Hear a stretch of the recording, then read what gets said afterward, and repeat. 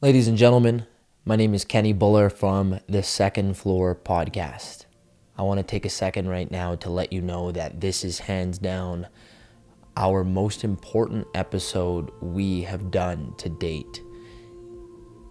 I bring to you a man who so vulnerably shares his own personal story associated with victim blaming, with forgiveness, with second chances, rehabilitation, not being defined by what you've done, but more so being defined by who you are. And this is none other than Jose Lugo, who has created a platform with his brother called We Are All One Story. He is an ex-Los Angeles gang member who was convicted for certain crimes in which he did. For 5 years, he was put in jail, and he shares with us his story and what got him in a gang in the first place, what jail is really like. You know, what's it like coming back out of jail when you know you've done certain things that you no longer want to be defined as, and coming out of it with hope, with fear, with anxiety, with depression, with wanting to kill yourself, and everything else in between, trying to find your support system. We get really deep, we get really serious. This episode probably isn't for everybody, but is for those who do believe in second chances, who do believe in recognizing that if you really need to forgive others, first of all, you do need to forgive yourself. We talk a little bit about how you can do that. You know, I personally share certain moments in my life where I feel like I've got personally robbed of my childhood over certain things that I was a part of, but I don't regret, and it's not as serious as Jose's story. We get very detailed in Jose's story. And we talk a little bit about his platform, We Are All One Story, that him and his brother have created to allow anyone and everyone in the world to share anything that they're hiding or anything that they feel is a part of their identity or is no longer a part of their identity that they'd like to bring to light into the world. And that is one of the biggest things that warmed my heart in bringing Jose on, because in light of what we do, we bring on thrivers, we bring on survivors, and we bring on everything else in between for individuals who bring on good vibes in the space of life, business, and health. And Jose is doing that for everybody. So if you're out there and you're listening to this and you have a story and you still battle with the thought of ever even needing to forgive yourself, or even struggling to forgive other people who you wish were more there for you in your life, then this one's for you. And this is something where I hope through hearing what Jose has to say, you bring back the focus to yourself and you recognize that you're worth so much more than the ceiling you put over and above your head. And by ceiling, I mean metaphorical ceiling, something in which, you know, all of us continue to feel like we cap ourselves due to certain limitations we're putting on ourselves, or due to certain factors that we cannot control. But just remember that by listening to this episode and watching it, I genuinely feel like you are going to better yourself and come out of it stronger. And I certainly did, when I felt very empowered to hear how Jose has now 2 years clean, hasn't drank alcohol since coming out of his experience. He's a changed man, and I truly believe in my heart that this man is going to impact millions of lives. And here is his journey, the one and only Jose Lugo.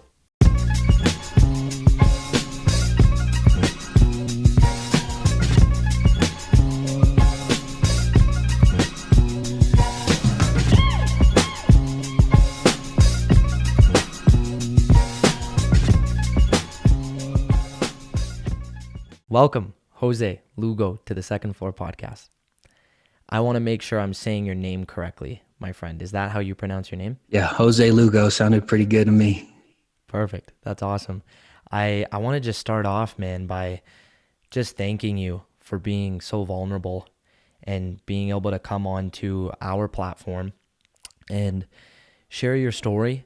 I find personally from the conversation we've had, as well as the conversations that I've seen with you being a guest on other shows, you talk a lot about being vulnerable. You talk a lot about sacrifice, forgiveness, survival, and identity. I'd like us to pick up off some of those things you've already mentioned and go deeper into some of those subjects. And I just want to already state that interview that I saw you on, where I'd love to share a link where others can even hear more of your story. You said something that really resonated with me, and you talked about, Jose, you know, you're not defined by what you've done. You're defined by who you are. That is something that it was very impactful. And in order to forgive anyone in your life who you rightfully so find that should not be in your life anymore, in order to actually forgive them, such as both your parents, based off of the circumstance you were in, you need to forgive yourself first. And those were such powerful words. And I just want to start off by asking you, Jose, because I'm sure there's so many things you've already said and you've been vulnerable to share. You were in tears several times sharing your story on your platform. And it just shows how real this is and how much you've gone through. I'd like to know, what was the most healing thing you've mentioned about being an ex gang member and being other elements and other things in your life that you're not anymore and that you've grown. What were some things you shared out loud that felt healing and therapeutic for you after being on this journey of sharing this across the nation? Um, Telling other people that their story matters. Every time I tell somebody else that their story matters, I'm telling myself that my story matters. You know, what we do is dynamic. It's complex. It's not surface level. We try and go deep into the person and deep into their essence of a person. And for me, the most healing part is listening to another person's story and seeing emotional pieces of my story and their story within their trauma and making that connection. And if I in my heart say that that person has value, what I'm saying really is that I have value. And you know, for me, that's the most healing. Every time, you know, I say that, you know, it works in many different ways. It works for the person who needs to hear it, and it works for me because I still need to hear it, because we live in a world that tells you if you don't have anything, you aren't anything. And we need to be reminded of the truth of our value. And it's something that kind of, unfortunately, it's something we have to search for when it shouldn't. It should be something that we're reminded of every day. It certainly is. And I find so many people seek value extrinsically, out there as opposed to in here. And you shared that a lot in previous, media platforms you've been on. How would you say, Jose, for you, what helped you find value internally? What did that process look like for you as you've come to terms with recognizing that you're far more capable of getting back to society and not being defined by just previous things that no longer move or shake who you are anymore.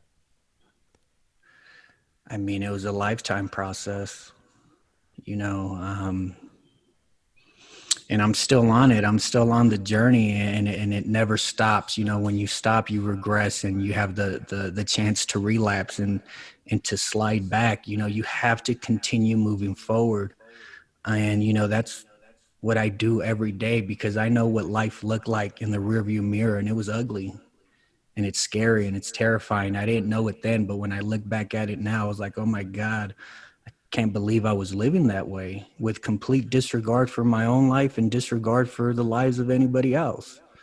You know, so the process, that got me to that realization was, a journey back into my own self, a journey back into my very own story. We all look for answers, and I truly believe that all the answers we're looking for are in the plots and themes of our own story. It's in you, it's within you, and it's outside of you. And the fact that it's outside of you in story mode, but it's in you in feeling and emotion and how you're computing and processing these events that you've been through. And for me, finally, like when I hit, rock bottom, as I've talked to you about it before, I got to a point in my life where I wanted to kill myself and take my own life. And I thought that was the best course of action. I thought my life didn't matter, and I thought my story didn't matter. And this was something, Jose, that with suicide, did you feel this way even before being a part of a gang? Was that something you already felt when you wanted to be a part of something, or was this during and after that process?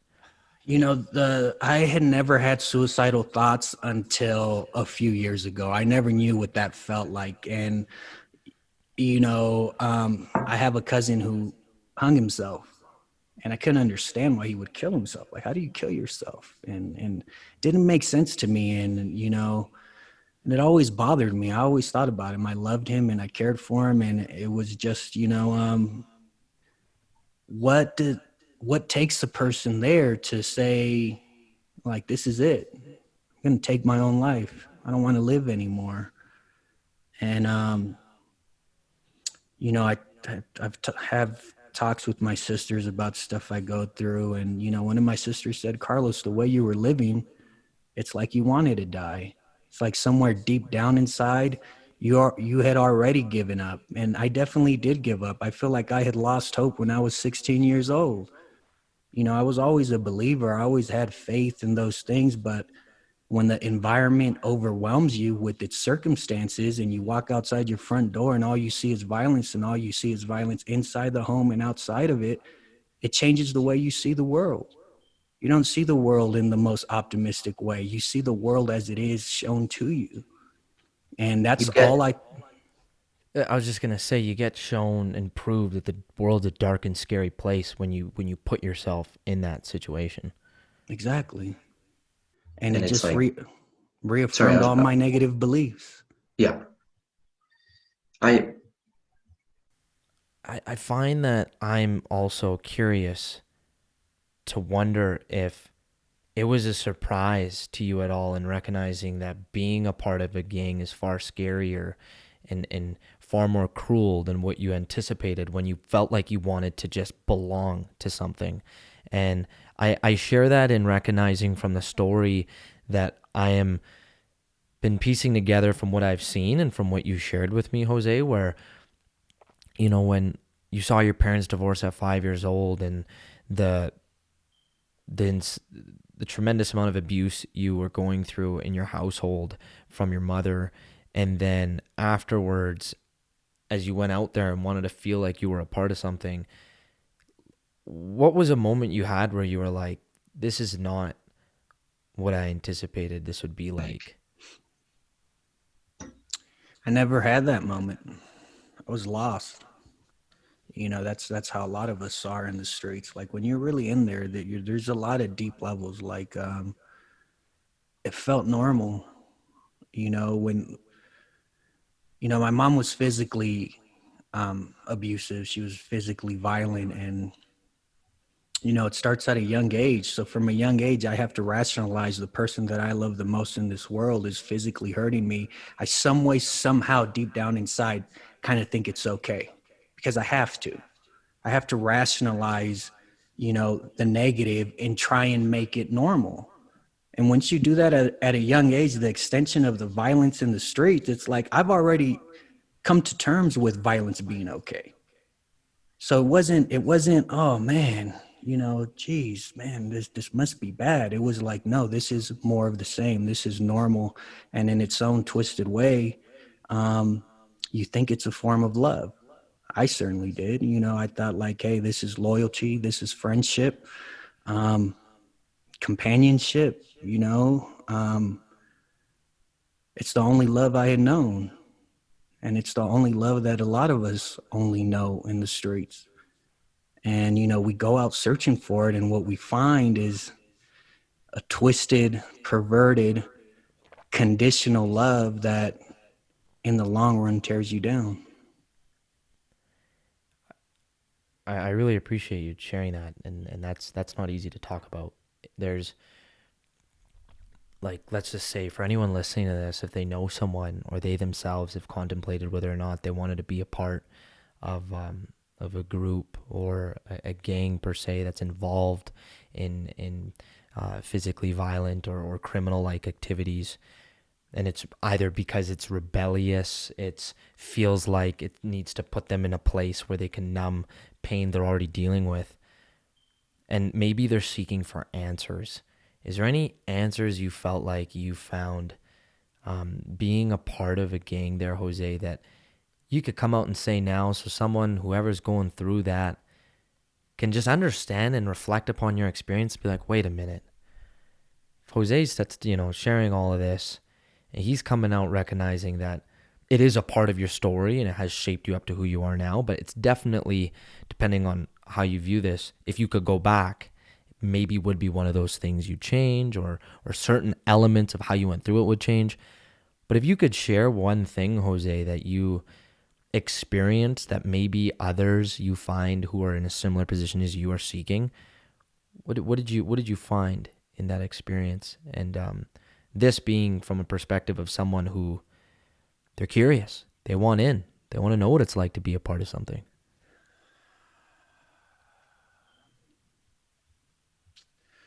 I mean, it's so tough when you're young and you're trying to, go out there in the world and try and do it on your own and try and belong to something really bigger than yourself. I mean, I felt like I was the shit when you're 16, part of a gang, like you feel like you're the big guy on the block. On top of the world. Yeah. On top of the world. And you're getting everything right now. You're getting money, you're getting girls, you're partying.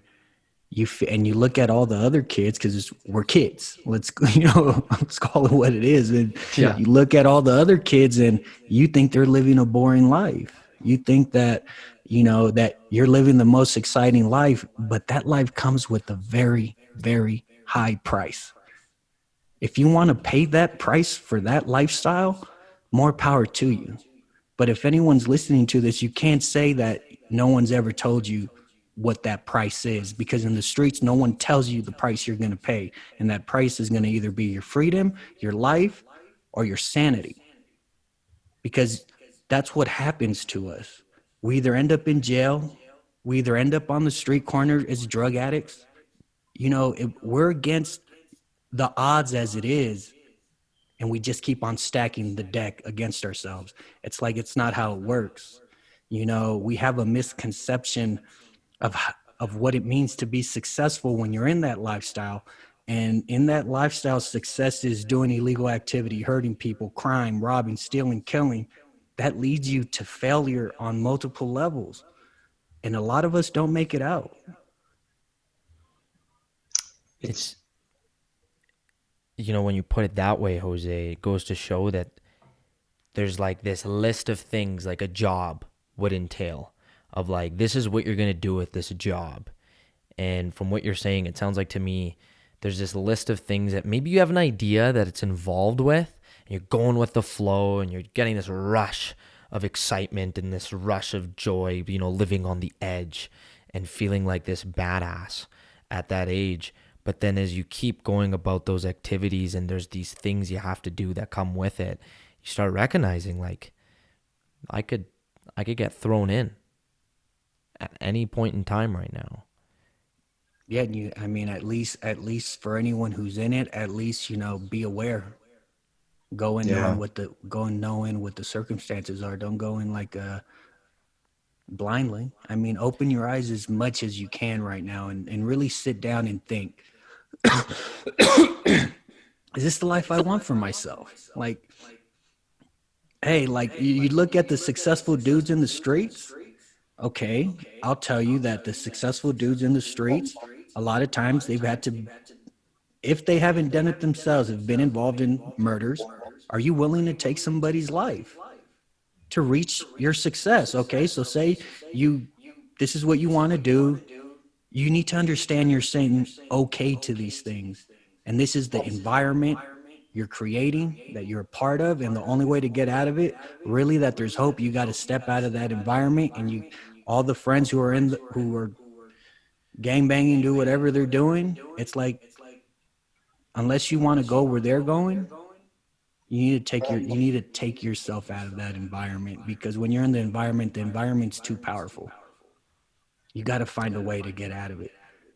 It's like there's a hierarchy to it, right? Where it's like, okay, we're gonna start you off with, go take this money and go send it off over there. Do me a favor. And it starts off very easy. It starts off very like, oh, you're almost convincing yourself like, oh, that's not so bad. I mean, it's not really a bad thing. It's just money. Then it turns into the whole other substance, turns into drugs, and then it turns into, okay, I just want you to go in, break into that store. You don't have to break anything.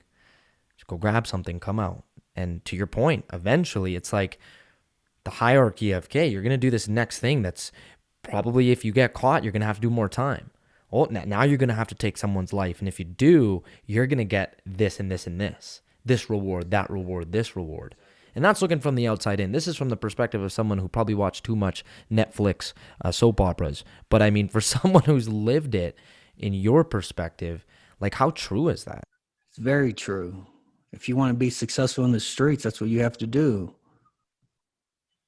If you don't do it yourself, if you don't pull the trigger yourself, I mean, you're in that environment. You're saying okay. You're saying these things are okay at the very least. Before we sort of dive into the consequences that you faced and then having to do time, I just want to share something that even for me, I personally, Jose, almost kind of felt. And, I've never been a part of a gang or anything, but I almost felt like I was a part of a brotherhood in a sense where at a young age, my cousins and their friends, they took such good care of me. They saw that I was, like this little outgoing kid, 15, very young, 14 even. And I went out with them, like at my own will. That was something that I agreed on. And I went out and did things at that age that no normal teenager would have the opportunity to do. And that was, partying and doing things at a young age that a normal 14-year-old kid, that should be a kid, should be playing Call of Duty on weekends. And here I am at that time with fake IDs and just partying, enjoying. I only let it get that far.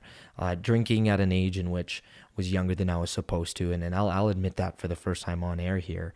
And then just me feeling like, you're out here saying things that, are so honest. And I just want to share myself where the biggest thing I feel like I got robbed, where sometimes I can't help but wonder why it comes back, especially in my early 20s, was that childlike behavior that always kind of stayed with me.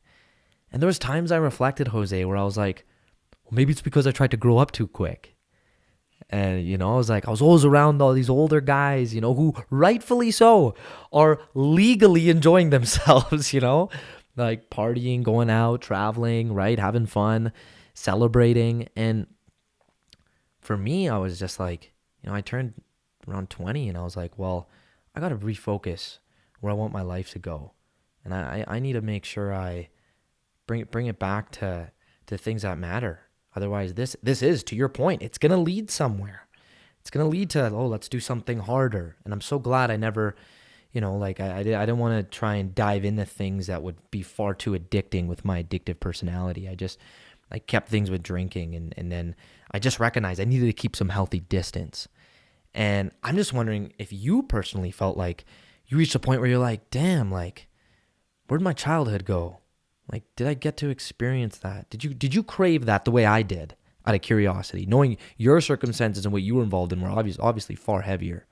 So it's like you do, like in life, I think we all have like multiple eureka moments where like, hey, something's got like, just somewhere deep down, like something's not wrong and, or something is wrong. Maybe I should tweak this a little bit. And I got sentenced when I was 18 and a half, and, I got a 5-year prison sentence. And it wasn't until my last year that I looked outside. I was on the level 4 maximum security yard. So, which means that the only inmates there are, you either have life without the possibility, or you're in there for violent offenses. And I remember looking out my cell window and just kind of taking everything in. And when I was, Sorry to cut you off, Jose, but that was a mix. Like they had a mix of people who are in there for life, who are in there like without time to come out, and just people who've done violent crimes all in one pool. yeah. Well, the reason I was there, I had a short time, was because, you know, I had a violent jacket inside of jail. So you go on a point system.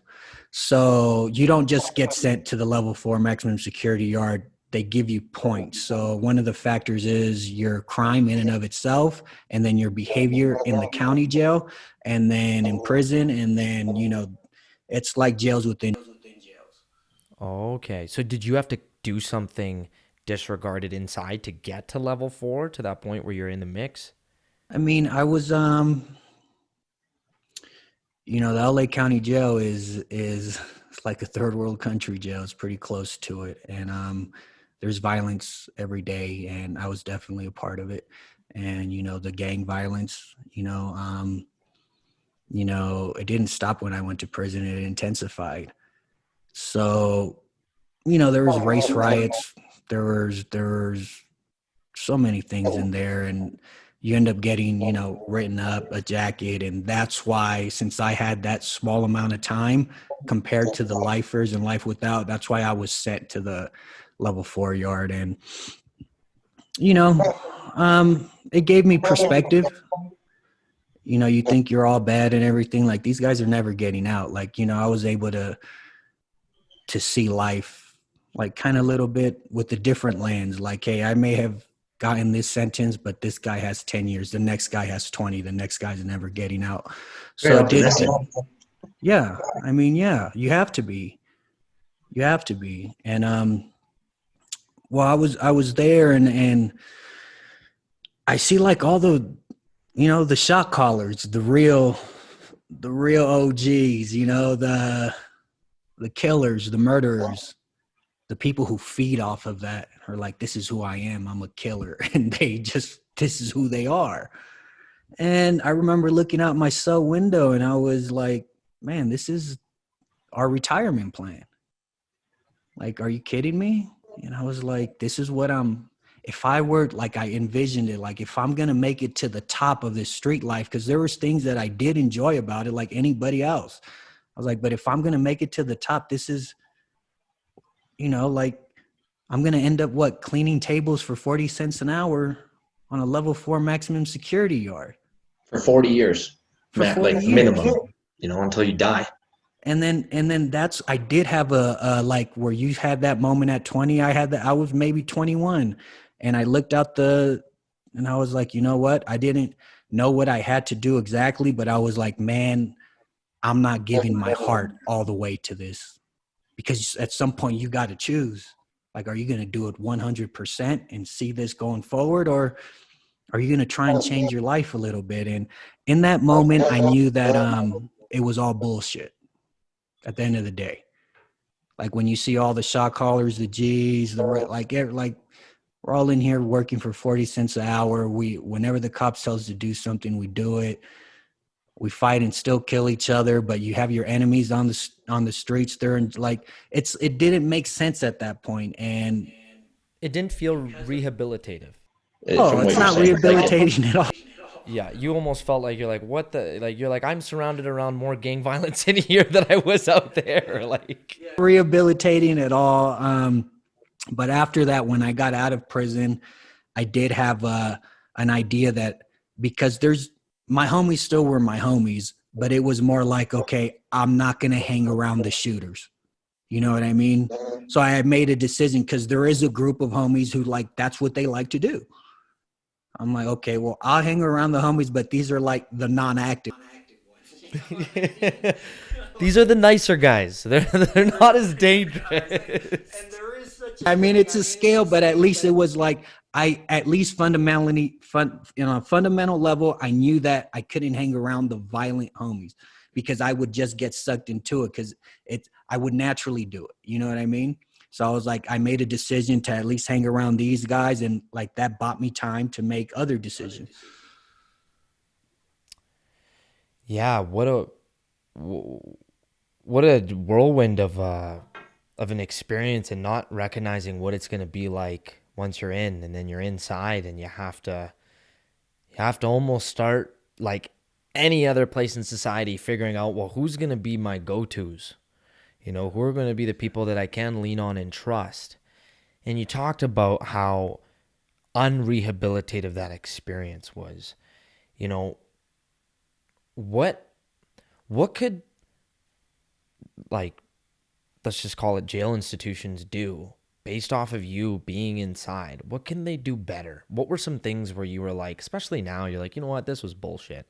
We This is what we had to do. There wasn't enough this. There wasn't any of this. And you looking now, being as well spoken, as well thought out as you are, Jose, especially for those in there now, especially for the people that just got charged yesterday and have been convicted of doing something, and now they're thrown in for at least 5 years. What are some, like, tangibles that maybe you feel like they can personally do, or it's like, sorry, man, like, you gotta do XYZ in your own head on your own, and that's what's gonna help you. And from an institutional perspective, they got to do XYZ to ensure that when people get out, they got a little bit of a better understanding of how to come back into society without going back in. And I know that's a heavy question. Yeah, it's always a heavy question. I mean, I still have a lot of friends who are in there, and whether they're bad guys, it doesn't matter. They're, at the end of the day, they're still my friends, and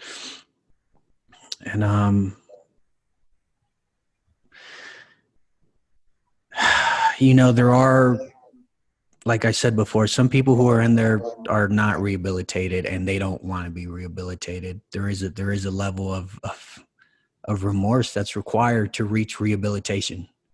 And there's no getting around that. If there's no remorse, there's no rehabilitation. There's no lesson learned. And it's tough. Such a tough situation to be in, because you have to acknowledge, and I do acknowledge, the many faults in the system. But I have no control over that. I do have control over my own faults. That's what I focus on. Because if I keep on pointing the finger out, I never get better. And it's tough to say, and it's tough for me to say, because I was there. And I know for a lot of, my homies, maybe they don't like when I say that, but we can't deny that that's the truth. And, I can talk about all the system failures and all these things. And I believe it's half on the system and 100% on the individual to make the decision to change. There are factors that, we are up against it, in our environment. But at the end of the day, for me personally, I did the crime. Like, I hurt people. 5 years, that was a light sentence for me, even though I was 18 and a half. People could have died. There was a gun involved. I mean, if the crimey had pulled the trigger, I would have life without. And guess what? I feel that I would have to do that time. Somebody's son, somebody's daughter is gone. Life matters.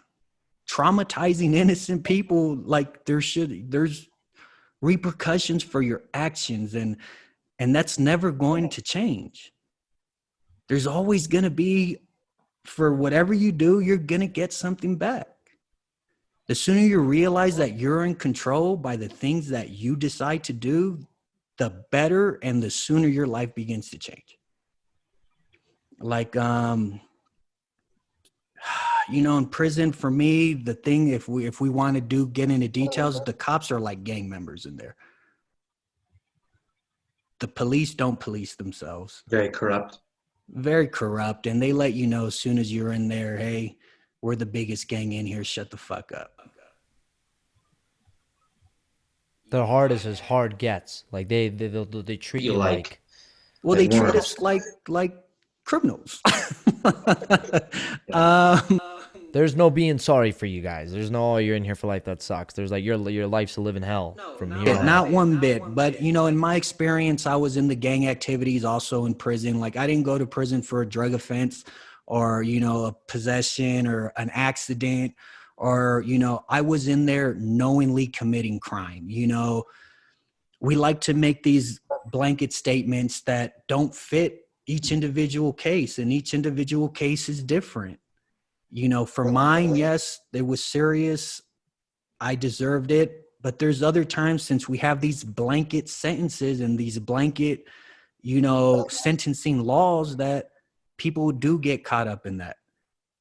And, you know, how do you rectify that? You know,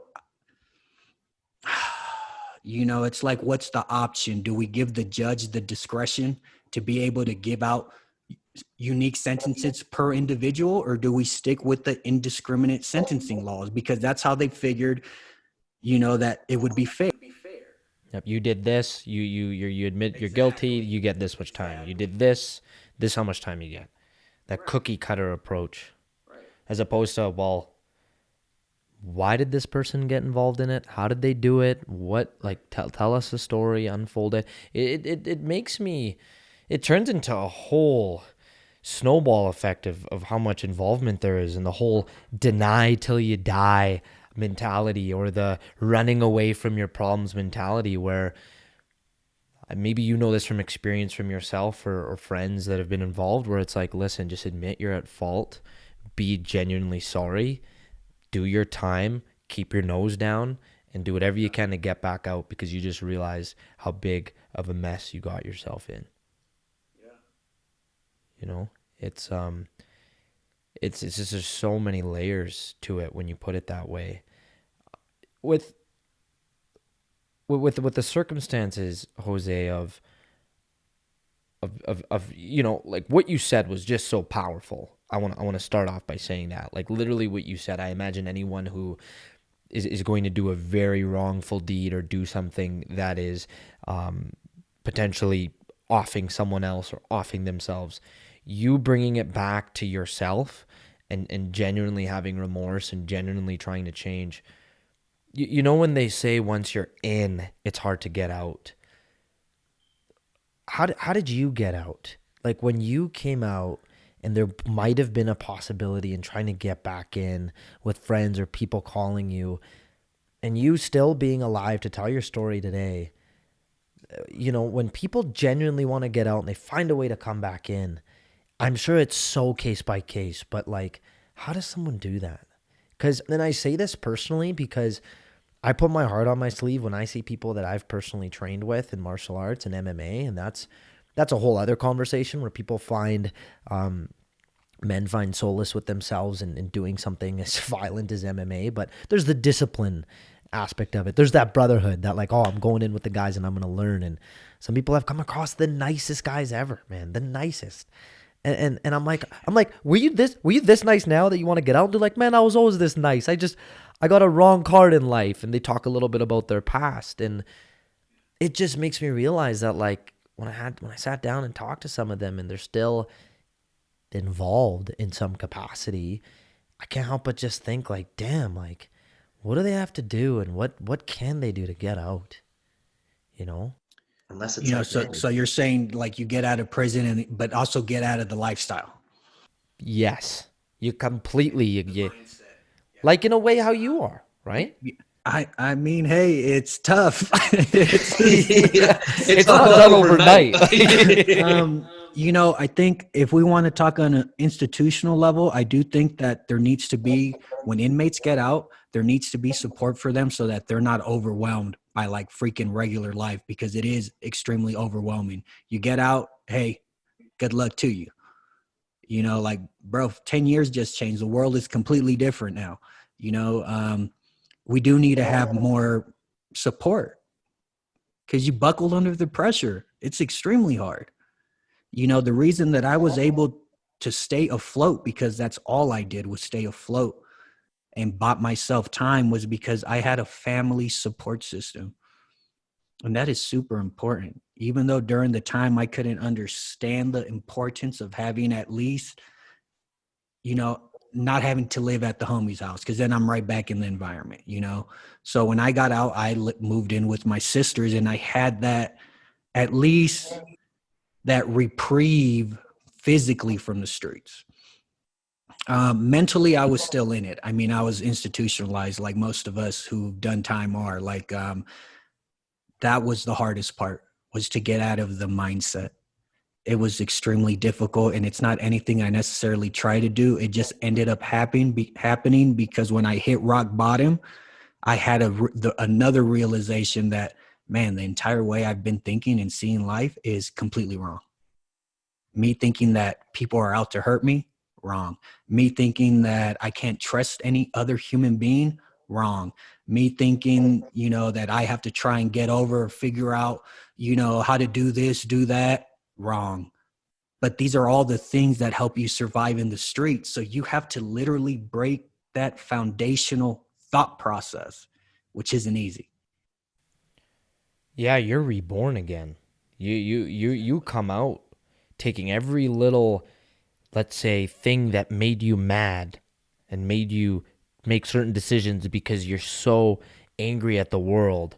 That's gone. You're going in clean slate. You're walking out those doors, not looking back and recognizing that, like, it's day one. It's day one today. And It's terrifying.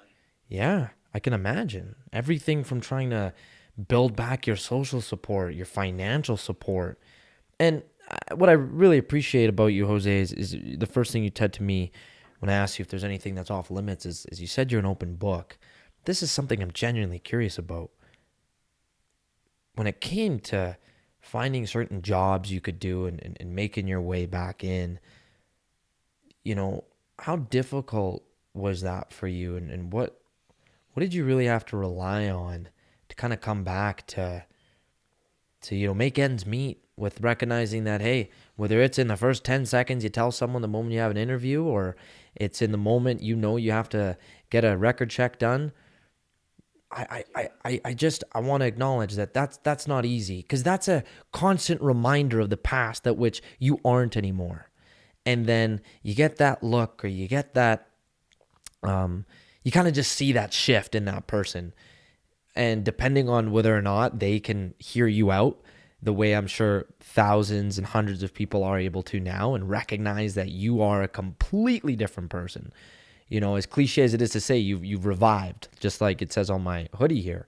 One of my buddies in our city, he runs this company called Revival, and he does a whole apparel company on it. But besides that, like, how did you go through that experience? Man, it was tough. When I got out, I still did illegal activities up to 3 years ago. Like, I was still involved in different ways because it's hard to let go of it when it's part of your identity. Like, it was part of who I was, I created this whole persona of this gang member that I'd rather people see, the gang member than to see the little boy inside of me. I'd rather people see my reputation and maybe be afraid than to see that I'm just a little kid trying to figure it out. I'm just, honestly, like, I just want love. I just want affection. Like, it's really that basic. It just, somewhere down the line, I twisted love with violence, and I twisted,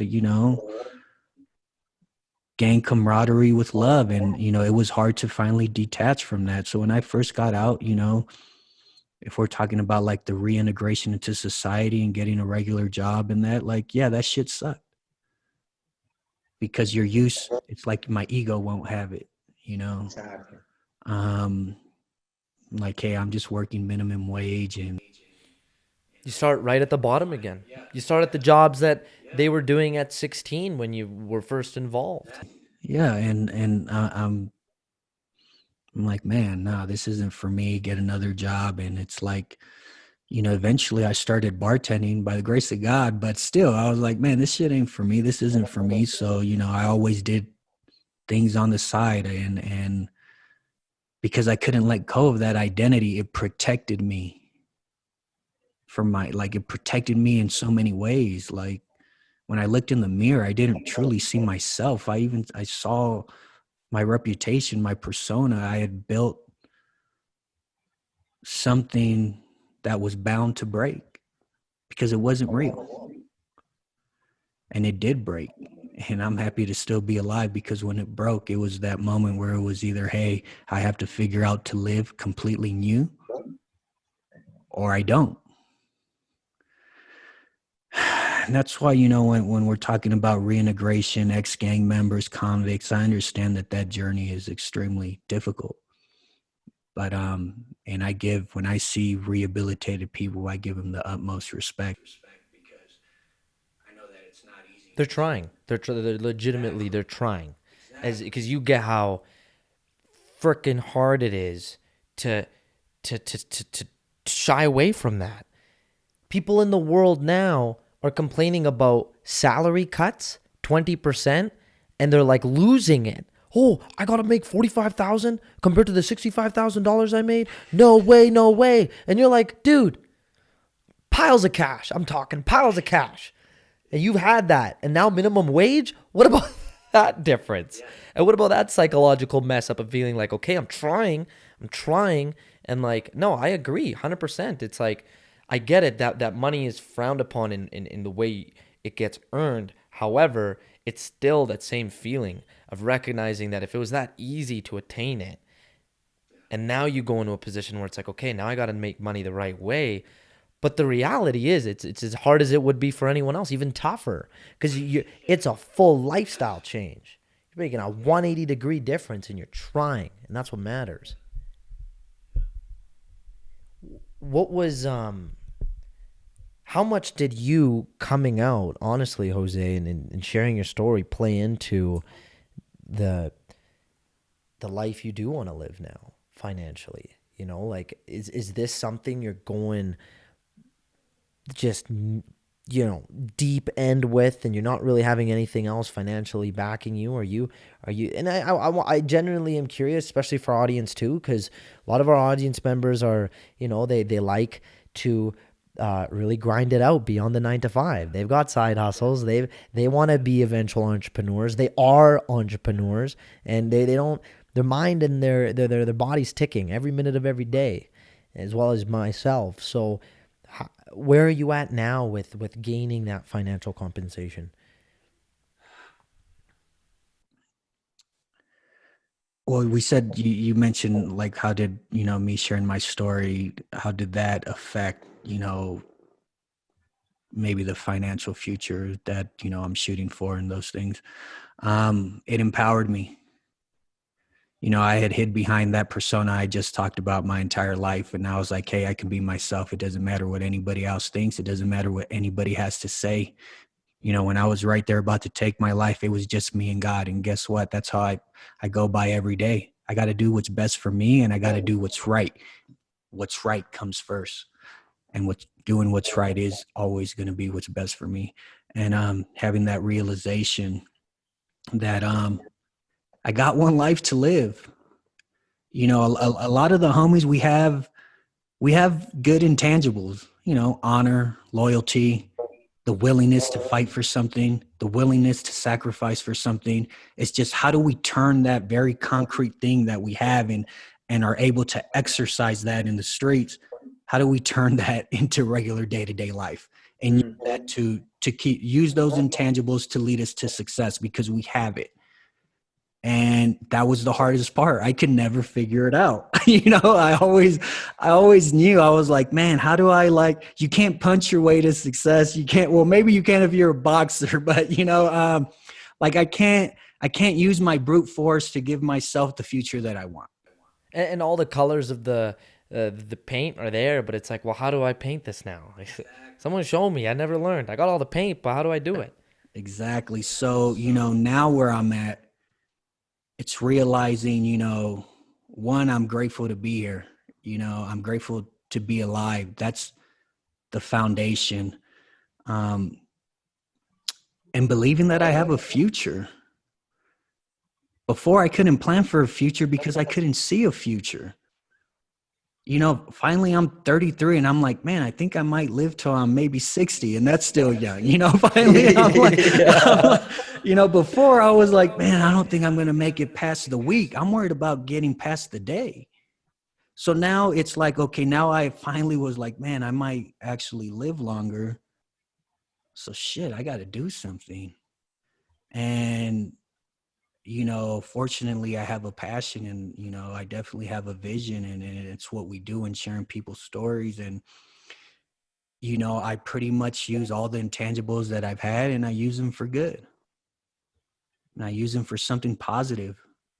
You know, it's not easy being, you know, sharing my story and stuff like that. I get nervous every time, and it's just part of what the vision entails. It's part of what the dream requires of me. And the same way that I was willing to do anything for my gang, for something that that at the time was part of my story, but that I don't believe was worth my life. Now I'm doing something that I feel and know is worth my life. And it gives me an invigoration and a passion to attack every day with purpose. I've never had that before. The closest thing that I've had with purpose was the purpose that my gang gave me. You know, now I have that purpose, but it's the purpose in literally just sharing stories, and I love it. You know, how we want to go on the financial level. I mean, you know, I like to you know, I like big concepts, but, you know, financially, it's like any other thing. You know, we understood that we would spend a lot of money the first year. We hope to be in the black this year, and we hope to make, you know, money the third year to pay for what we're doing. You know, that's just, you know, that's the system we live in, and we have to try and utilize it to the best of our ability. Definitely. It's Of course, you're investing time, but also money into something that you're creating here, and then allowing others to be put on a platform to, hopefully by then, raise enough viewership and raise enough awareness. This hopefully being a part of it and bringing it to light in Western Canada, where I'm from, so people can recognize that. And when you put it the way you did, Jose, it goes to show that it's important to move on, but it's also important to look back and learn from some of those shortcomings, learn from the faults and mistakes you made. Don't relive them, but don't forget them. And I find that is something a lot of us as human beings do sometimes, where we do our best to just like almost ignore and like erase things that we've done in our life, like as though we're a computer and we put it in the recycle bin. But guess what? Just because you deleted it doesn't mean you can't get access to it again. It means it could come back. It's still sitting in that recycle bin. And one day you got to click that thing and you got to go through all that garbage.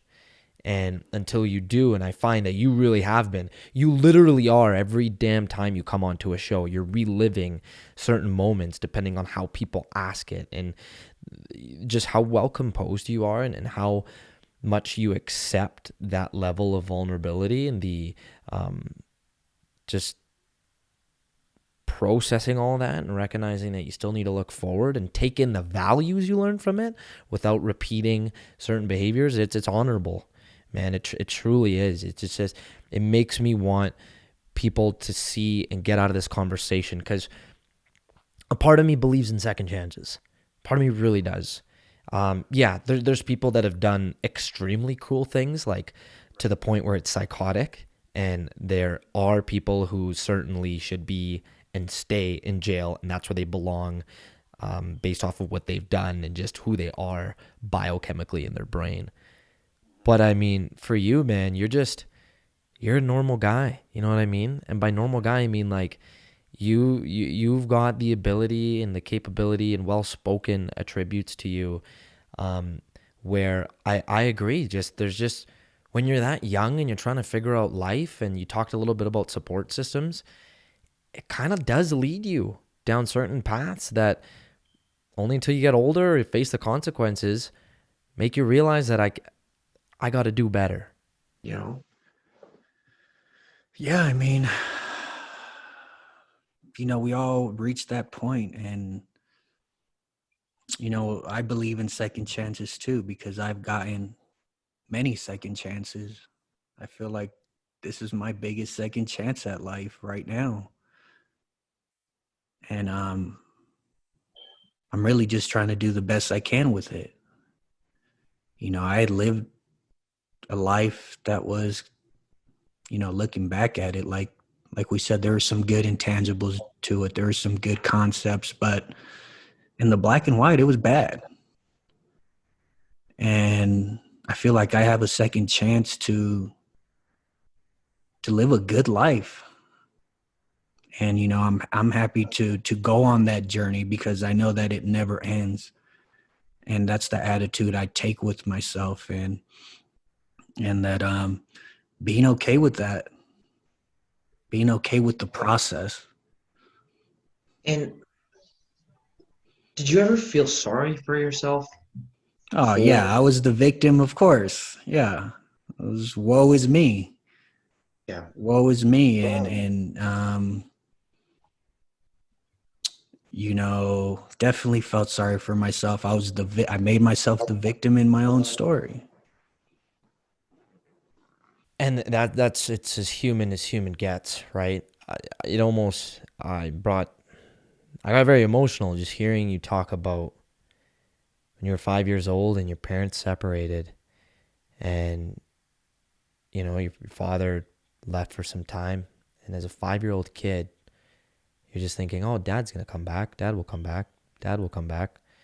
And then you said you reached a point where you knew and recognized that he's not coming back.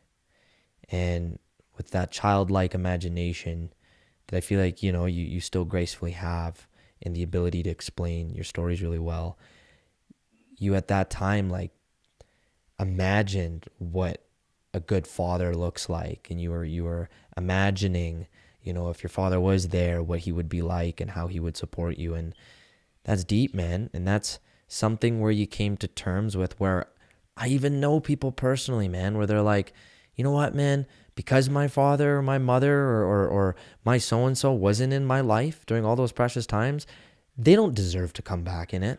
And sometimes you're like, yeah, you know, as a friend, I mean, I personally haven't experienced that, but it's like, you're like, yeah, you know what, if that helps you cope, man, and like if that helps you go through it, but you forgave your dad, you forgave your mom, and you said that you have such hope, and you also recognize, going back to what we said in the beginning, because you forgave your own faults, it made it that much easier to forgive your father. And I want you to kind of talk about that, man, where how did you manage to do it? And when you did it, was it a load off your shoulders? Do you still sometimes wonder if you should have or shouldn't, with all those years missed from someone who, you know, is like your hero?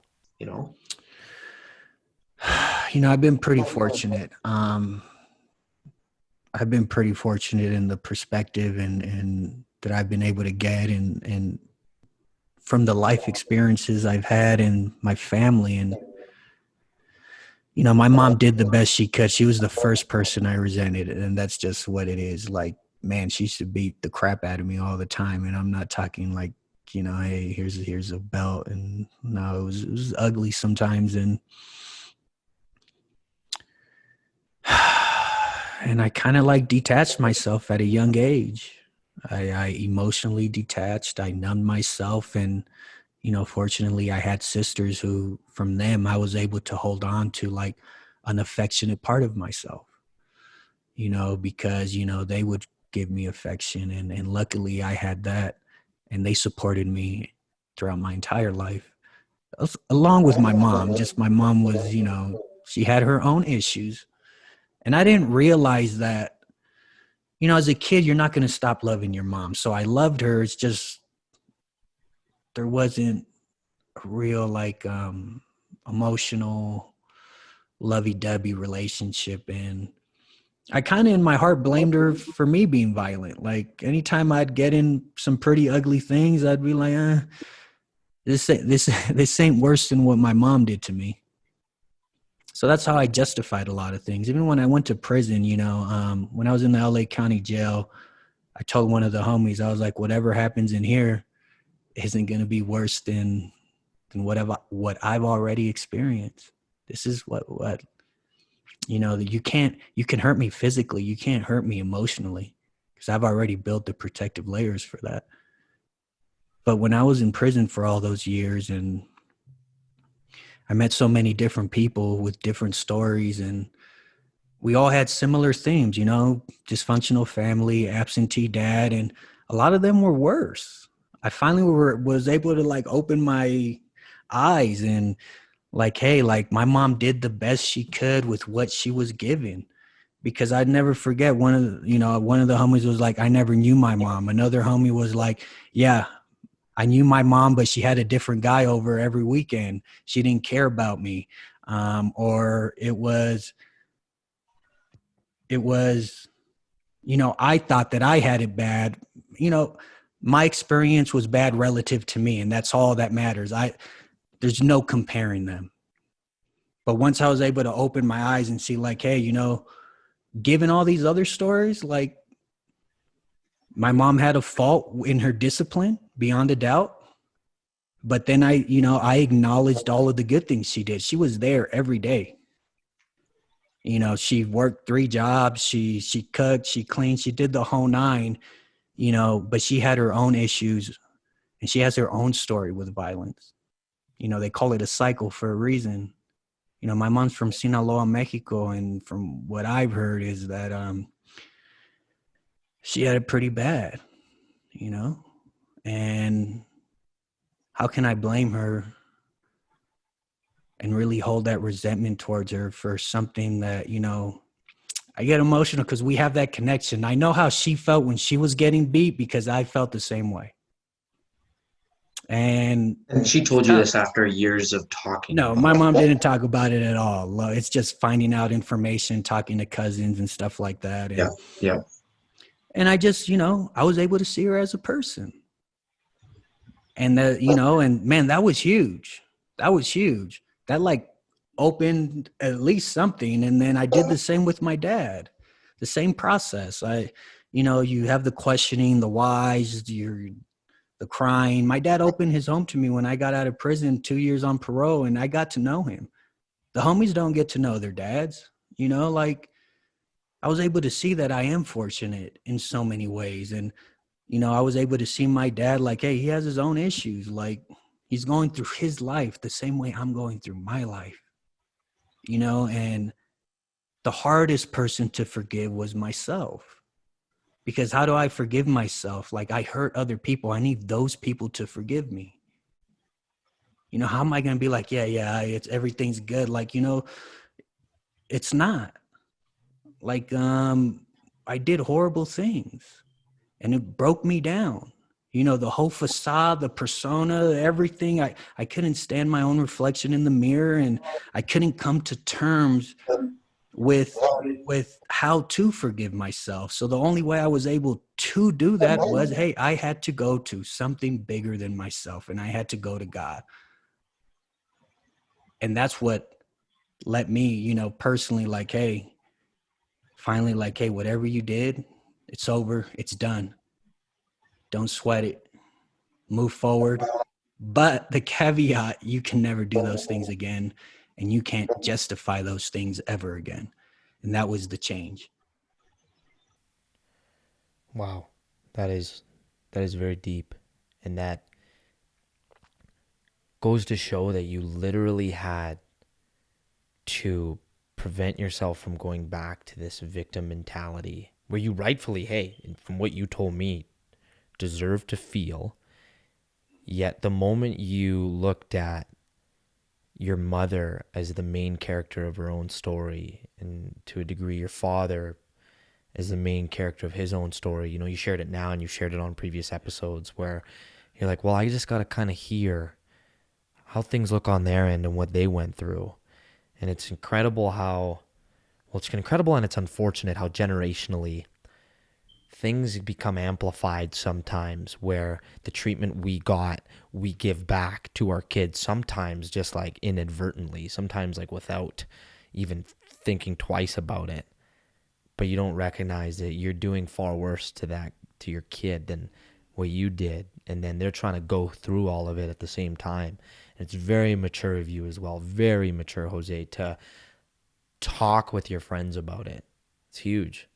It ain't anything like how you felt, but I'll tell you right now, man, I remember when me and some of my closest homies that we all knew each other since we were of the age of 5 to 15. This was when one of our friends just got married. Some of the guys are just sharing stories about their upbringing and some of the, tough things they faced and the challenges.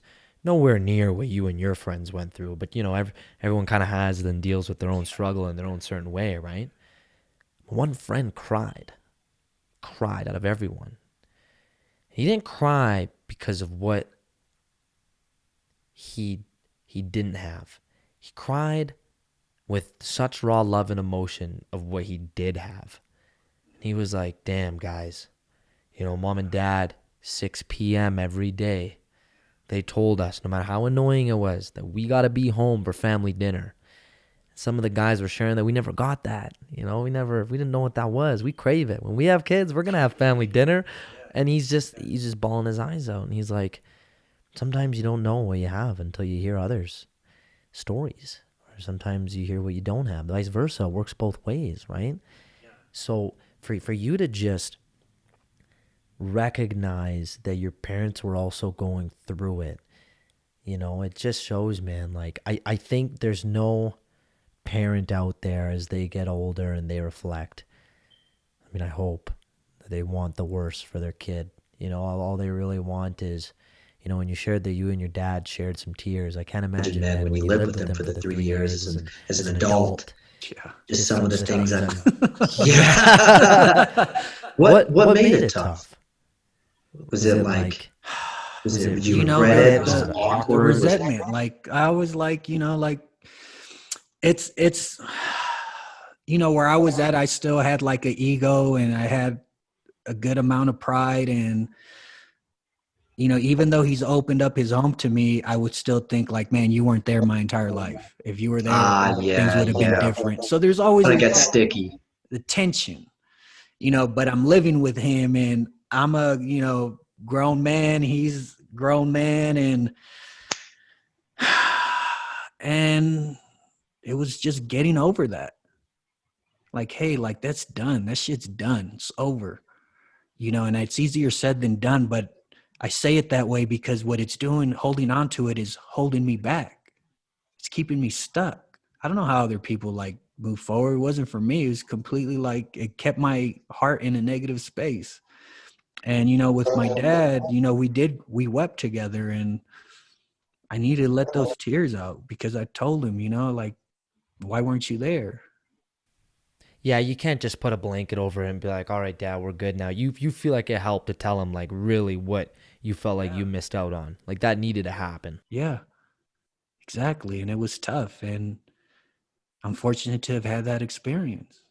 And let's be honest, I don't think that's an overnight thing. I don't think that's all right, Dad. Let's sit down like we do on a podcast and let's talk about spontaneous. It's spontaneous. Yeah. It's actually happened. Comes with waves. I quit drinking about 2 years ago, but good for you, man. It's amazing. Thank you. I was me and him were drinking, and alcohol inhibitions are lowered, and it was late at night, and I just told him like, hey, I blamed him. I told him it was all his fault, this and that, and what he said he was sorry. He said that there's two sides to every story, that the only side I've heard thus far is my mom's side. And he was like, at the end of the day, I still love you. And I couldn't deny that he didn't love me because he opened his home to me. A grown-ass man who still has his pride and ego and gang-banging mentality and needs to leave LA, get into a safer place, right? And for me, that was a huge step because when I progressed on later in life, I couldn't use him as a well, it's my dad's fault. You know what I mean? Because from a son's perspective, let's flip the script. What would a father out there need to do, or a mother who was in one of the positions like your parents were in, that allowed you to forgive them? Like, what was it that you feel like they said or did that made you be like, yeah, you know what? As much as I got physically beat, as much as you ran away out of my life when I needed you most on both different circumstances, what you just said to me or what you just gave me years later gives me a certain amount of solace and forgiveness that I can give back for us to have a cordial relationship. And that's for any father or mother out there who loves their kids so much and realizes that they messed up hugely based off of their own demons, based off of other things going on in their life, and they want back in. And they don't know how. They're trying to figure it out. They keep reaching out. They're blocked. They keep trying to come over and wish the grandkids well if they're there. They can't. They're lonely. They're getting older. They're thinking, you know? I guess the building block is to continue to be there. You know, if you're not there, you can't be there. You know, my parents definitely did that. You know, with all their faults, they were available to me. So that's the foundation. You know, beyond that, be honest, be vulnerable. We're all adults at this point. And it just takes time. Because for me, it wasn't necessarily, it was them being available, them being there. But it was also me finally going inward and seeing that I'm over here blaming them for being this to me or doing that to me when I did all these things to other people. Who am I to point the finger? You know, and it's a maturity thing too. It's a heart thing. It takes time. And as long as you're there and you're willing, you know, and you do your part, that's all you can be content about. And you can have a good life knowing that you did your part, because you can't control what another human being does, your son, mother, or otherwise. So, you know, just do your part, what you feel comfortable with, your part being foundationally just being there, and just wait it out. That's really sound advice, is just continue to be there. Don't stop. If you really do care, you know, keep pushing. It's like that aspiring entrepreneur who keeps failing and keeps waiting for money to turn around and it doesn't happen. Well, it's like, hey, if you really love this project and you believe in it, keep going.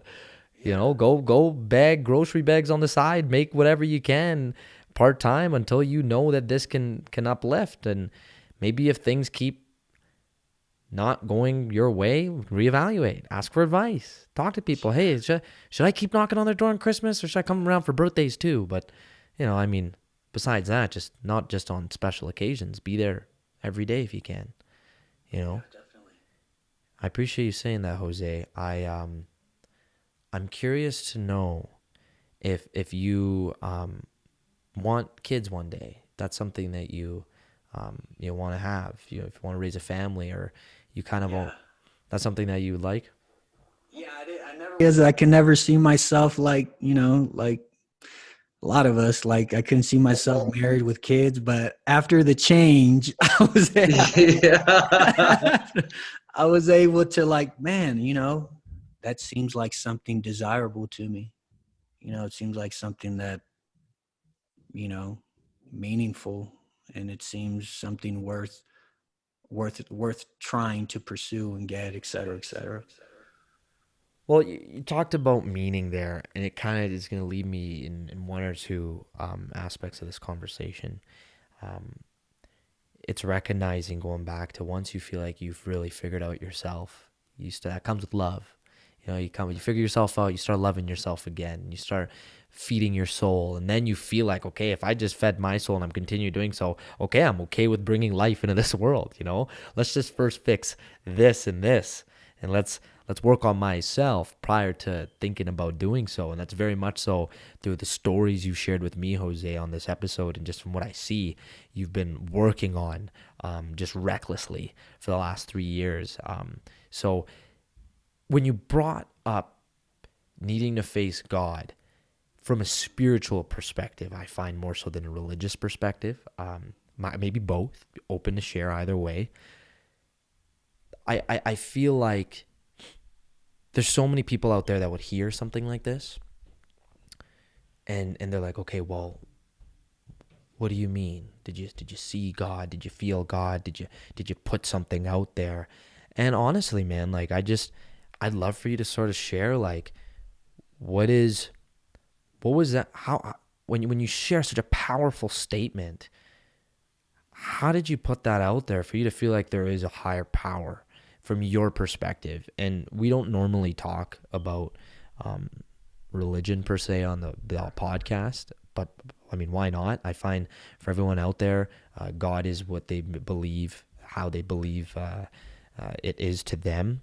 And when you share such a powerful statement to what you've gone through, where you felt like you finally, in a sense, found God, going through the motions of rehabilitating, what was that like for you? What, was it like a one night thing? Was it like, you know what, let's channel this in? I'm just curious to know, when you respectfully say it with so much confidence, what that felt like. I mean, it's the catalyst to where I am now.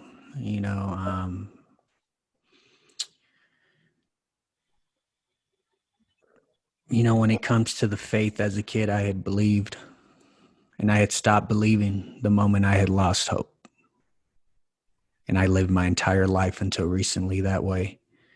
And I was able to regain my faith. And I know what my life looks like without faith. Faith is what keeps me going. It's actually, we do a lot of, there's a day in and day out of what we do, with our project and the money spent and all those things. And I wouldn't be able to do it if I didn't have faith. I wouldn't be able to do it if I didn't have that moment that I needed to change. If I could describe it, it was intense.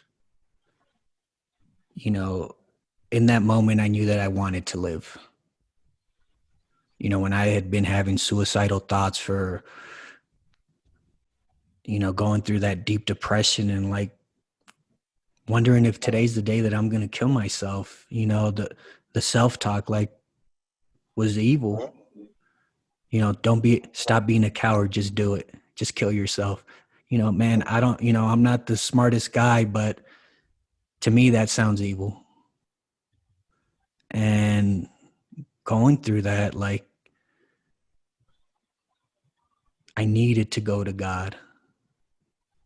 I needed to go to something bigger than myself. And the mechanics of that are dynamically complex when we're talking about the spirit and the soul. I guess the thing that gets us closest to it is quantum physics, right? We have no clue as far as the regular person. And I really think that it's a positioning of your heart for that change to happen. When you have an experience with God, it's like it's something that you long for with the deepest part of your being, that you really want to change. And for me, it was more intense because I was in an intense spot. I would like, my depression was unreal for me, at least, because I had never experienced something so debilitating, especially to someone like me who's like, I'm a fighter, I'm this, I'm that. And like every day, man, I'm just fighting to live. And I was like, if this is going to be life every day, like I have to fight to live every day, I can't do it. So, when I cried out to God, I cried out with everything I had. And I think that's why I got that metaphysical, that spiritual experience. My back was against the wall. There was no other way. There was no way, no amount of therapy, no amount of self-help books, no amount of this, no amount of rah. Like something in the very core of my heart had to change. And like we talked about foundational thought processes that had to change. And it did, it shattered. And I was able to build brand new with being able to look in the back and learn. And, I have the advantage of living two completely different lives, and it's terrifying sometimes. But the way I was living before terrifies me more than the unknown of the future that I live in now, because now I live in the hope of the future and what can be. Before, I lived in, this is just what it is. And now I live in, in a whole different mindset. And man, that lets me know, for me personally, that God is real. And that's just for me and my story. And I will never deny that fact, because if I didn't have that moment, there's no question I wouldn't be here talking to you right now. Wow. Thank you for sharing that. That's really honest. And that just, it goes to show you, the moment you have a set of hope, belief, and this willpower for change in your heart, like in deep rooted in yourself, you go through the natural process of rehabilitating and of recognizing that when you look in the mirror, you're not that person anymore. You're someone brand spanking new, after having that spiritual episode. And it's scary. I put myself in your shoes, waking up each morning, getting out of your house, maybe looking at it and going, I might not come back here. That might be the last night I sleep over something I decide to do to myself, or over me, just getting caught in the crossfires. Who knows? So I might not come back, but I accept it. To you then, through the change, looking at your bed after you make it, looking in the mirror and being like, you know what? I'm making the changes. I have more to change. I'm going through it every day, but I know I'm coming back to this bed tonight. And just that self-talk changes, that recognizing that there's a higher power. There's just already sitting down with yourself and being like, there's more beyond me. It doesn't have to be God, but just it can be the element of like, man, this world doesn't revolve around me and my bullshit. There's something calling me to be better. And that comes with being a better person. And yeah, that's beautiful, man. Just to see and have you walk me through that. That's powerful. Thanks. Yeah. Yeah. Hey, it's crazy. It's crazy, man. Every time I think about it, it's tough, but,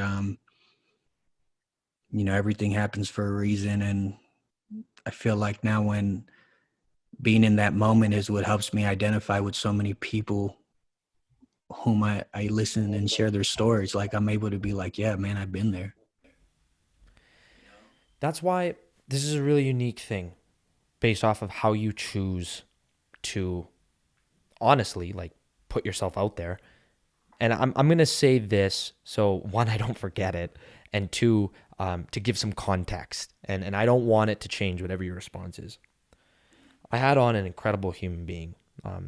He's a cancer survivor. His name's Steven Chorba.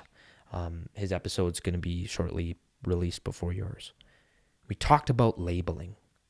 Your circumstance is very different, but I'm gonna put them in the same jar. He talked about the fact that, you get dealt a card that you didn't deal with, similar to you. You get born into a household, you get born into a situation where it comes with certain things that you just didn't expect that would happen, things that are very unfair to you, however way you decide to cope. His card he talked about was surviving cancer. And very intense cancer at that, lung cancer, to the point where, he had to surgically get operated on with his whole face getting pulled back and his throat, and just outside of that, preparing for that surgery, the fear of, having a 75% chance of not living anymore. You walk through that every day. But he argued that even when he went through that, his level of optimism shined through, and he's like, I tell myself and other cancer patients I work with to not allow yourself to be defined as a cancer patient or a cancer survivor. Right. So now why I say this is, in your case, one of the things, Jose, in which you're labeling yourself as is, okay, I'm an ex-LA gang member. And that's a big part of how you're labeling yourself, which that in my opinion, that's fine. That's obviously it's alarming. It opens up your eyes. You go, wait a second, right? And it's catchy outside of what it actually is. But now, marketing labels aside, I take it that you're okay with using that language and putting yourself out there as that. And what makes you okay with that? When you know now, to be very honest, you are way more than that. You're not that anymore. So what has maybe, if I can frame this in a way, allowed you to still allow that to be like, this is what I'm going to go as. I'm not hiding from it. I am not that anymore. I'm so much more, but there's so much more to me that doesn't necessarily need to be mixed into that title. Yeah, that's a great question. I am much, much more than that. And I definitely know that. But when we're getting to the X's and O's, I mean, it's just what the dream requires. If people want to see that headline, if that's what gets our foot in the door, that's what gets our foot in the door. I know that when I go and actually articulate in person, the full story comes to life. We do use that label just to give it a surface level attraction. And it's part of my story, and I'm willing to use every bit and part of my story to get to where I need to go. And I have no, to get my foot in the door, whatever. When we were conceptually coming up with everything we were doing, and one of the things we liked about what we do is that we leverage our entire story. We don't just leverage one part. We leverage every part of us. That's me and Ralph. And, and we use it all. That's your brother, right? Yeah. And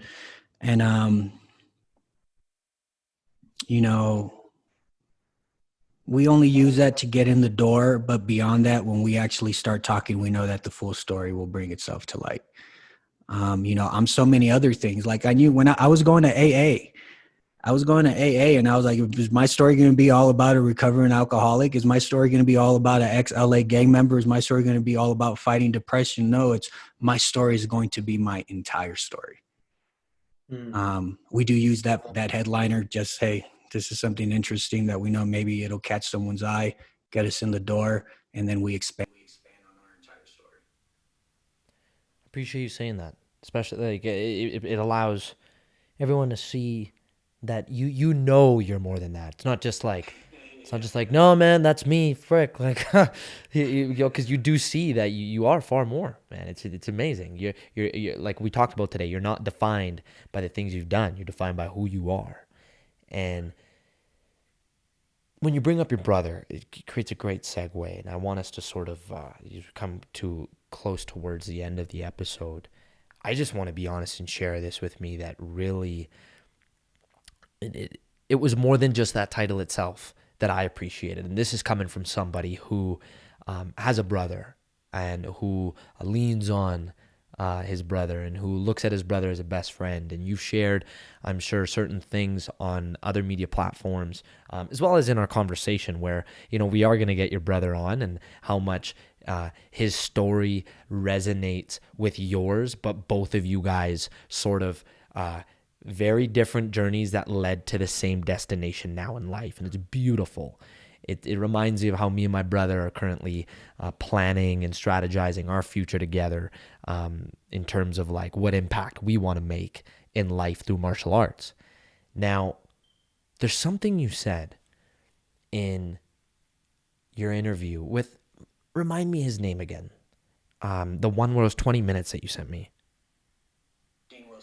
Dean Wilson. Perfect. The Good Life, I think, is his platform. So yeah, shout out to Dean Wilson because I do want to give him. That was great, and he allowed you to really speak wholeheartedly, and there's some great things that I got out of that episode to carry into this one. So thank you, Dean Wilson. When you said that you and your brother struggled at a point in your lives to be honest with each other as men, to talk about depression. That's huge, man. That's a very common thing, not only as brothers emotionally, but even as like men who are friends with one another. And sometimes we talked about ego coming in the way. You kind of just want to ignore that and have a good few laughs and call it a day. What do you feel like you guys did? And what could brothers out there or people who need to be more emotionally available for their friends, especially men, and if women feel the same way. But I just say this where I've had moments where it's tough, man. It's tough having those hard-hitting conversations with your brother. I think me and my brother have gotten a lot better at it, and we walk out of those conversations giving each other a hug and be like, man, it's so good. Like, why we bottle this up? Because it feels a little bit like, especially when it involves them and involves your judge of character about them and vice versa, and just really seeing if like you hope this person gets you because they've been around all your life. You know, what started making it easier for you to be like, listen, bro, like, this is what I'm going through. I'm depressed. And then him also being like, yeah, man, so am I. And that's one thing. It's one thing that you guys related, but like, how did you allow for that to organically happen for any other person out there who wants to be able to share these things with their brothers? I mean, there's who else better to share it with? And backstory, by the way, sorry for cutting you off, Jose. Just, I recognize people don't know this. Your brother fought in the war in Afghanistan. He lost his legs and he became a Paralympic bobsled. Sled hockey gold medalist. Unreal. And yeah, after winning that and feeling like that would, make him propel and feel like he's worthy enough to feel entitled to something, he still felt like there's something missing. The depression was still there. Hope I'm articulating this correctly. And then you and him were kind of both in this position where it's like, we got to talk. I'm glad you gave that backstory because it's actually very important in our narrative at We Are All One Story. My brother Ralph, he's an American hero. He lost both his legs in Afghanistan serving his country. He came back. He did the rehabilitation, the physical rehabilitation. And instead of hiding under a table, because if anyone can say, woe is me, it would have been him. I had both my legs when I was going through my depression. It's like I wake up and Ralph's going through his depression and we're not talking. Like, it's all internal. Like, I have no clue I don't even know what I'm going through. Like, I'm just bottling everything in and so was he. But this is when you guys were living with each other. Yeah, exactly. Yeah. And I was able to learn a lot from him. Things that I needed to learn. He's going through his depression. I'm a more abstract thinker, conceptualizer, and that works for me. But I was able to see him put in the work and give no excuses with no legs.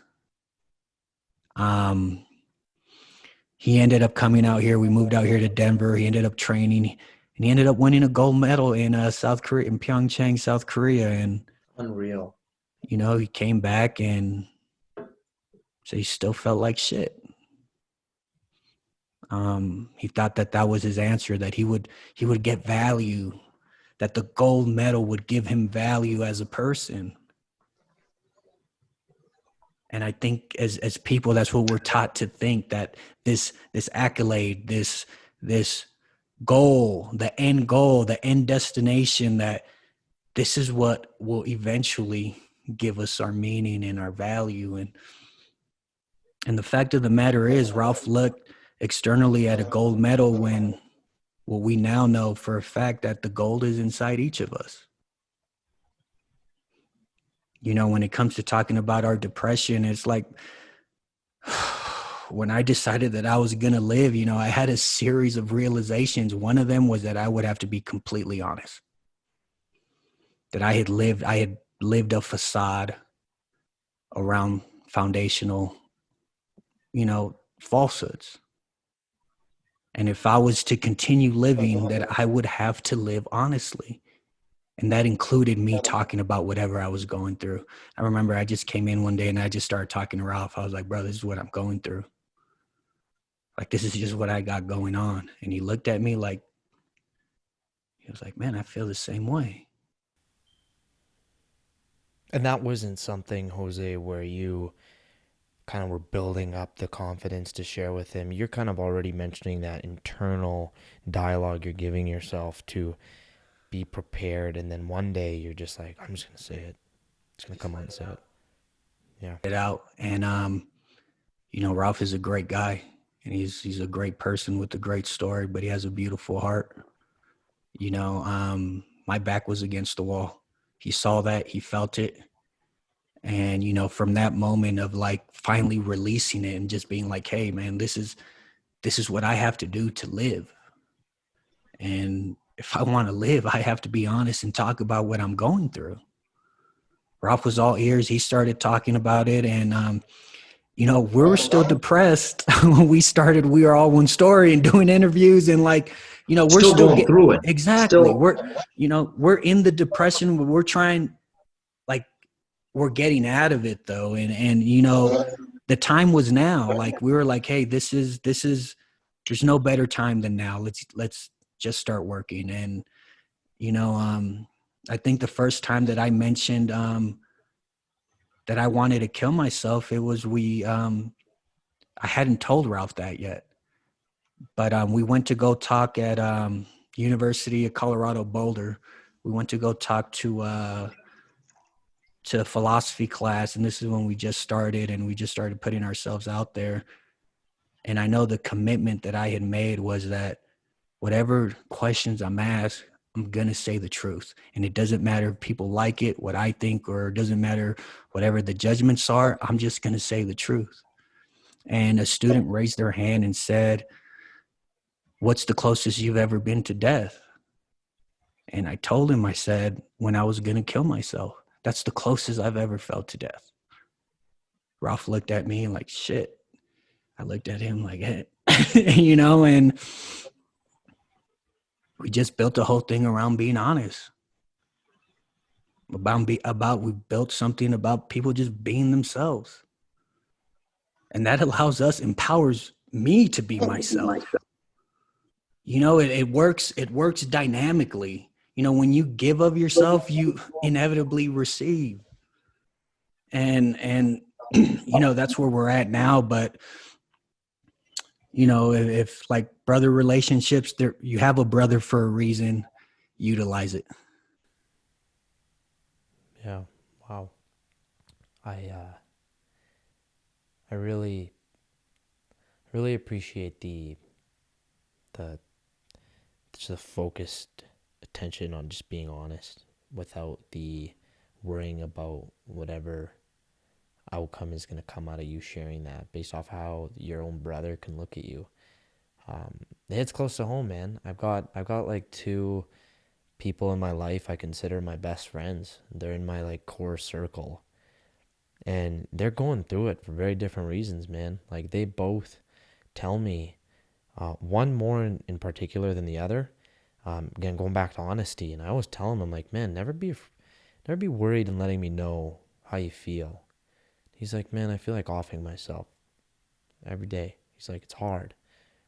One has physical battles he deals with his car accident he got into, and then another one, and just got a shitty car at life, man, later in his 20s, and he had his whole future ahead of him. And the best part about him, man, is like he's set up his own studio inside his own home, and he's still finding ways to work, and he's learning photography. It's been like one of his like passions all his life, and now he's turning into a side hustle, and he works at his own schedule, but he's in pain, man. Excruciating amount of physical pain, to the point where he's like, man, it hurts so much that I want to end it. He's like, I think about it every day. And man, on the other end, my other friend, he deals with it mentally. He's again, I was like, as a friend, I need to be curious, and I need to have a fine balance of curiosity and genuine like set of ears. And for anyone out there who has friends or has a brother who it feels like they want to do that to themselves, I'm sure we could learn a thing or two about being honest. And this is going to formulate in a question on my end. But man, like, I I have my other friend tell me like he battles with bipolar, and for him it's a mental challenge. And what I've learned from him telling me and from my research, people who feel that way when they go through their episodes, sometimes they want to cause harm to others. Bipolar 1 or bipolar 2? I wish I knew. I know it's not that severe because, again, I use this word very carefully, but he's like functional. Like you wouldn't think he is. That's how, but he has his episodes and they come every now and then. So I'm going to assume type 1, but for him, Jose, he struggles with like not wanting to hurt others, but hurting himself. And it numbs whatever pain he deals with. And I'm like, man, like as a friend, when I have like 2 people I consider brothers who go through this, I'm always like, how can I be of more help? And sometimes I honestly, man, like it's even tough to put into words where I'm like, what if one day, God forbid, something happens to one of them, and for me as a support or as someone who I feel like I'm there for them, I go, but what if I wasn't there for them enough? I knew things their families didn't even know. And was I really there for them? And that's, as much as I'm not in as much discomfort and pain they're in every day, I sometimes live with that guilt, man, where I'm like, try and tell them I'm like, can I be more of support? And sometimes my one friend, and it hurts, he's like, man, you're busy. And I was like, man, I'm never busy for you. It's like, just, you got to ask. And it's scary, man. It's a very scary thing when you're on the other side, and you're living away and you're doing your life, but you know your own homies are going through this shit. And I'm just wondering, maybe from you who's gone through it, what were some of the things maybe your friends did or didn't do that you wish happened, like just based off of being more there for you, or even your brother, when you are going through it and you want to end your life, it's just scary to know when you know someone who's in that situation, all you want to do is help them out. Well, there's a few parts to that.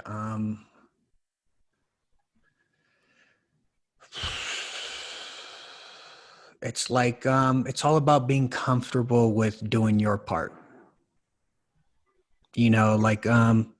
To be honest, I've shared some stories and some of them are intense. Some of them are, everybody's in a different part of their story.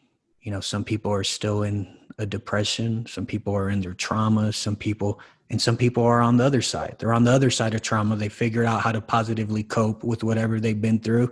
Some people are in the middle trying to figure it out. And I know when I first started sharing stories, like it weighed down on me, and it was just learning that I'm not attached to the outcome. I respect that person's a sovereign individual. So then, after that, I have to do what's my part. I focus on what it is that I'm comfortable with doing. And then understanding that at the end of the day, this is a dynamic process. Like, being a good person, you're going to feel guilt. You should ask yourself those questions, like at the end of the day, you should ask yourself those questions. I think there'd be a problem if you didn't. But we all figure out what we're comfortable with giving without sacrificing our own health. And for us to be able to still, live life, in a positive way without getting in the mire of someone else's issues. Because, yeah, you as the friend or as the person there, you want to almost like be the fixer. You want to be like, oh, with my energy or my time, let me help fix what you're dealing with. But the reality is, back to things you've mentioned, man, it's up to them. It is. The very end of the day. It is. And I think the biggest thing we can do is give people space to be honest, to be themselves, to let it out, at least release. And, it's like, it's a process. It's a journey. At least you're a positive part of that journey. I actually thought about, my cousin for a long time, because he actually did kill himself. And these are heavy things. And if it would go to like, it would be just giving him space and believing him absolutely about whatever he's going through. It's just that simple. Okay. And then after that, we give that space. Okay, what then? What's the next step? That's very fair. Because you're not going to that person being like, you shouldn't be feeling this way. Yeah. And it's like, well, hey, I do. I can feel how I want to feel. This is me.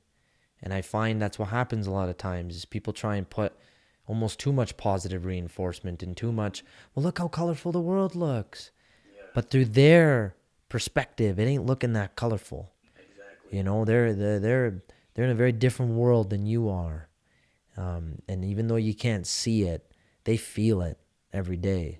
And you just have to sit there and respect it and recognize that if you're getting the chance to listen to it, they're telling you. They trust you with it.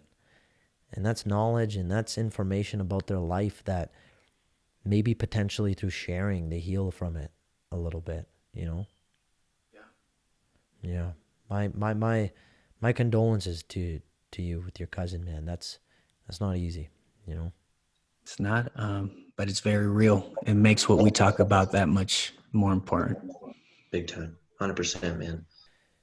With We Are All One Story, the platform in which you and your brother have created, guide us through with our listeners how they can potentially share their story, what they would need to do, what it is and how it's done. Let's hear about it, my man. I want to give you the chance to talk about your incredible platform that you've created.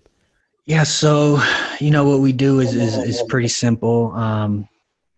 We just go around and we listen to people's stories and we share them on our social media platforms, on our YouTube, Instagram. You can find us at We Are All One Story. If you want to share your story, you can email us at engagements@weareallonestory.net or through any of our social media channels. But to talk more about it, what we do is very simple, but we believe that what happens in those rooms when we listen to those stories, we do believe that there's something dynamically positive happening.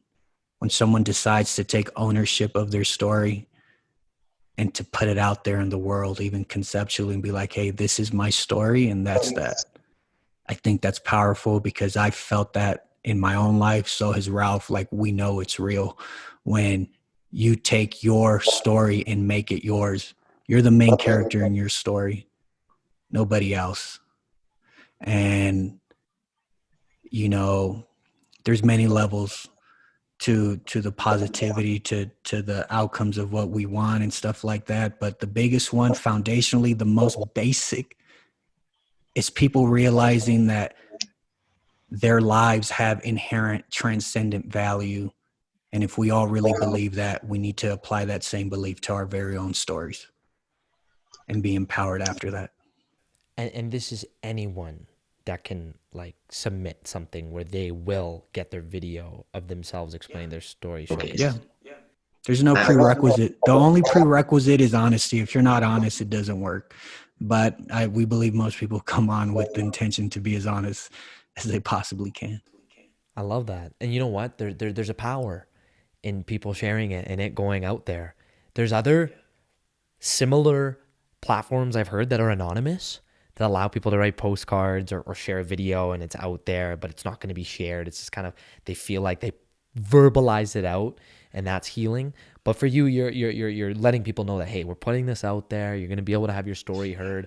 Maybe that one person or the several others you wanted to share it to, you could send it their way. And I've experienced that at firsthand. Jose, we have one gentleman who sort of was our catalyst in us building the survival component of Second Floor Podcast. Because the difference between you and me, I love that your platform is for everyone and anyone. Ours, of course, we have when we first started 3 different themes, right? Like how to survive and thrive and keep good vibes in life, business, and health.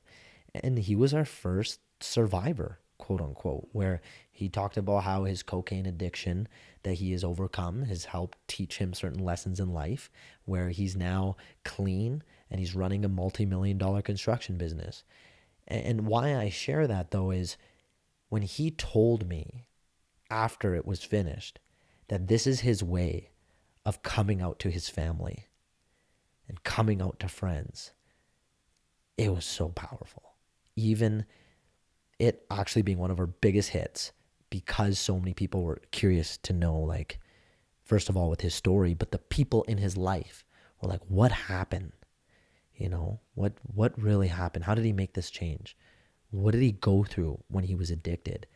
You're doing this for the entire world every single time you allow someone to express their story, because I just got to see how powerful he felt after. Just like a load off his shoulders to be like, I don't have to share this a million times to people.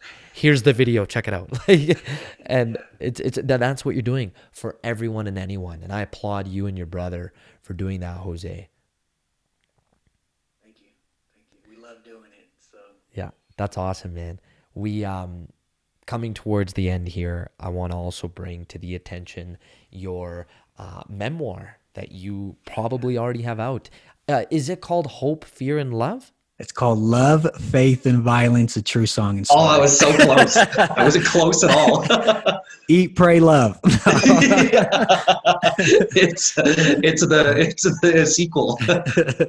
So say it again for me. What's the book called? Love, Faith, and Violence, a True Song and Story. Fantastic. And where can people access the book? Yeah, we're going to release it at the end of February. You can just find it on our website at weareallonestory.net. Can't count me in on getting a copy too. Can't wait. That's awesome. Where can people connect with you, Jose, for anyone listening to this that wants you on their podcast or wants to talk to you, further the dialogue off air, wants to just keep seeing your journey? Where's the best place to find you online? I mean, you can email us at engagements@weareallonestory.net. We're pretty diligent about our emails. Or you could just DM us. You know, we see all the DMs, so it goes down in the DM. Hopefully, we can do some positivity out of it. Perfect. And a question we ask every guest, Jose, is what do you believe it takes to make it to the second floor? And that is literally, that is figuratively. We are on a mission to let everyone know that, you know, they are more than what meets the eye for the potential they have for themselves. You know, it's never ending. There's no such thing as a ceiling, right? You could be putting yourself here when in reality, you do X, Y, Z, we're going to get you to here. And then the steps up to whatever it is you're trying to achieve, it's going to keep going. You're going to keep elevating in life in one way, shape, or form. And what do you believe from your story it takes for someone to get to that next level? Yeah, it's actually simple. We have it as the foundation of what we do here. And it's funny you asked that because we have it at the base of the pyramid. It's faith, work, and humility. That's the first step. The second step, keep on going up. But the first step, the foundation, you have to believe in what you're doing. You have to work towards it.